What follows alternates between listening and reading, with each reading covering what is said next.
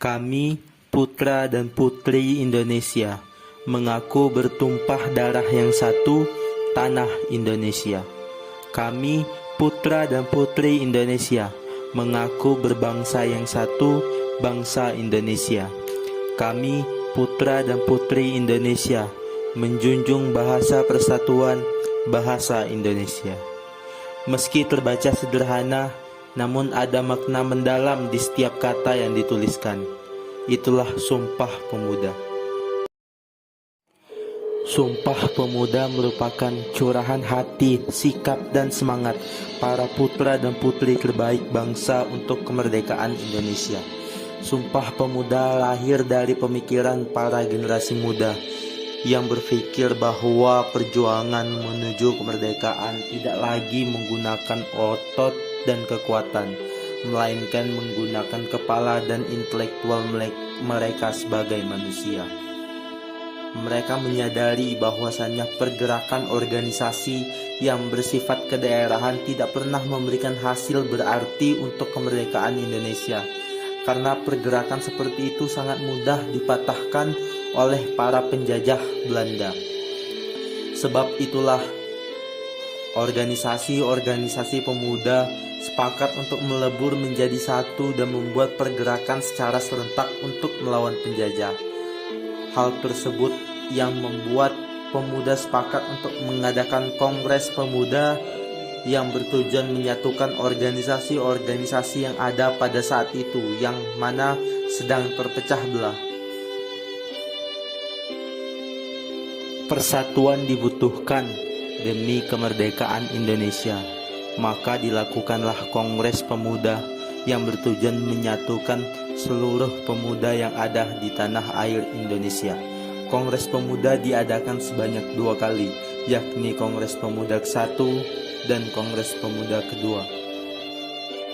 Kongres Pemuda yang pertama diadakan pada tanggal 30 April hingga 2 Mei 1928. Kongres pertama ini mengedepankan tema pentingnya persatuan dan kesatuan para pemuda yang kemudian berdiri dalam satu payung untuk mencapai Indonesia merdeka. Sejumlah tokoh yang menjadi pembicara dalam kongres ini seperti Sumarto, M. Tabrani, Muhammad Yamin, Bahdar Johan, dan Pinontoan. Meski terbentuk kesepakatan untuk menerima dan mengakui cita-cita persatuan Indonesia, badan untuk mewadahi semua organisasi pemuda saat itu masih gagal terbentuk.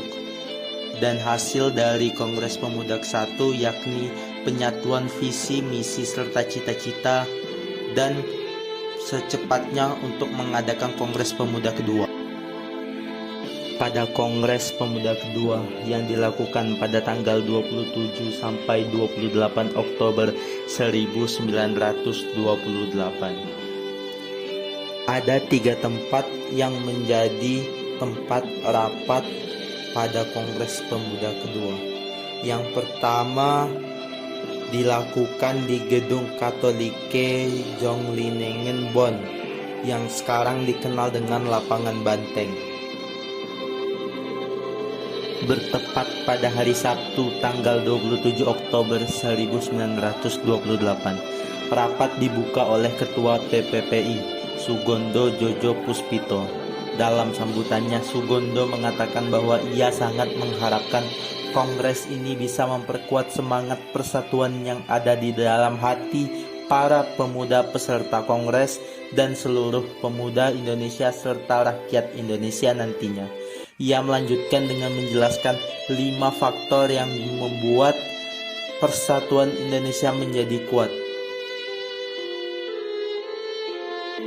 Adapun kelima faktor yang disebutkannya yakni sejarah, bahasa, hukum adat, pendidikan, dan kemauan yang kuat dari para pemuda dan rakyat.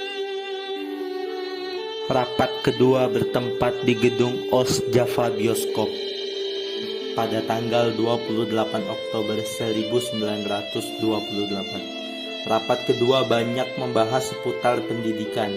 Di hari kedua ini yang jadi pembicara adalah Purnawulan dan Sarmidi Mangunsarkoro. Kedua pembicara memiliki pendapat bahwa anak-anak harus mendapat pendidikan kebangsaan. Selain itu, mereka juga sangat mementingkan perlunya keseimbangan antara pendidikan sekolah dan pendidikan rumah.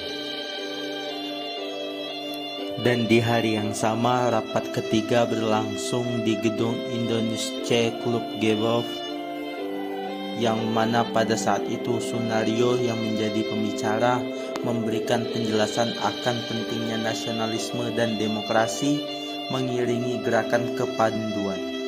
Ramlan yang ikut menjadi pembicara di rapat ketiga mengatakan bahwa gerakan kepanduan tidak boleh dipisahkan dari pergerakan nasional.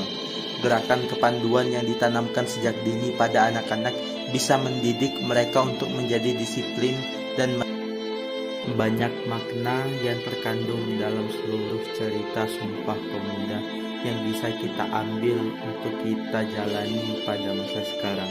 Yang pertama, menekankan rasa bangga akan bahasa Indonesia. Bahasa Indonesia merupakan bahasa pemersatu bangsa. Masyarakat Indonesia menggunakan bahasa Indonesia untuk berkomunikasi. Kebanggaan akan bahasa Indonesia perlu ditekankan, terlebih saat ini bahasa Indonesia mulai tergeser karena modifikasi bahasa.